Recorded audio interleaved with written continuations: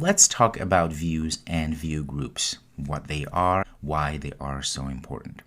A view in Android is anything that can be interacted with on the screen. So in this case, a view occupies a rectangular area on the screen and is responsible for drawing and event handling.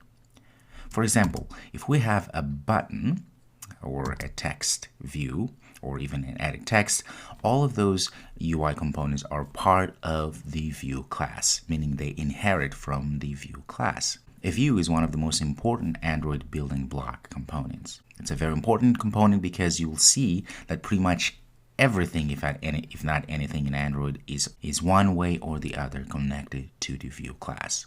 The great thing about views is that they all have attributes and properties that we can change and or set.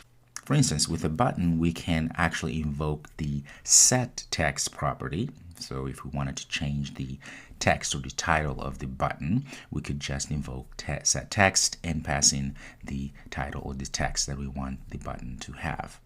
Okay, we can do the same, of course, with the text views. We can go ahead and say get text. That will just retrieve us the text. For instance, in this case, the text view says hello world. If we say get text, we will retrieve the hello world. Now you'll notice later that those properties set text can also be used not only for buttons but for any other view that interacts with text. For instance, we can also set text to our text view using the set text property. Of course, we can also use the get text in our buttons and so forth. So you can see a lot of similarities. On top of that, we can set event listeners to our buttons, of course, but also to all of the other UI components that are related to a view.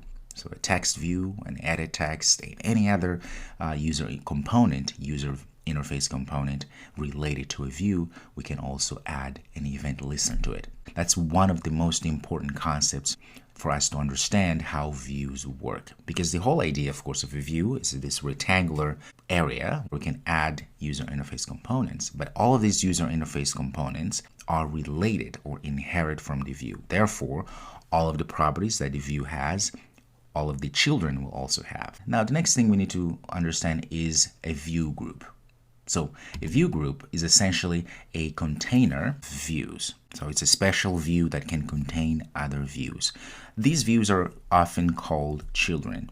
So the view group is the base class for layouts and view containers. So if you look at this diagram here, you'll see we have at the top view group, and we can actually add other view groups inside of the parent view group. And then we can add a view. So you can create hierarchies here, right? So you could have a view group on the top and then add another view group. And then inside of this main view group at the top, we can add other views such as buttons, text views, and so forth. So now you can create some sort of a hierarchy of views. So a good example would be when we create our user interface using our XML. You can see here we have linear layout at the top, and then inside, so the linear layout will be our view group, and inside we have embedded views. So in this case, we have a text view, we have a button. We could have added another linear layout inside, or relative layout, or frame, so any other view group that we wanted. Okay, so that's the idea of view groups. I'll see you in the next video where we will continue talking about Android and user interfaces. See you next.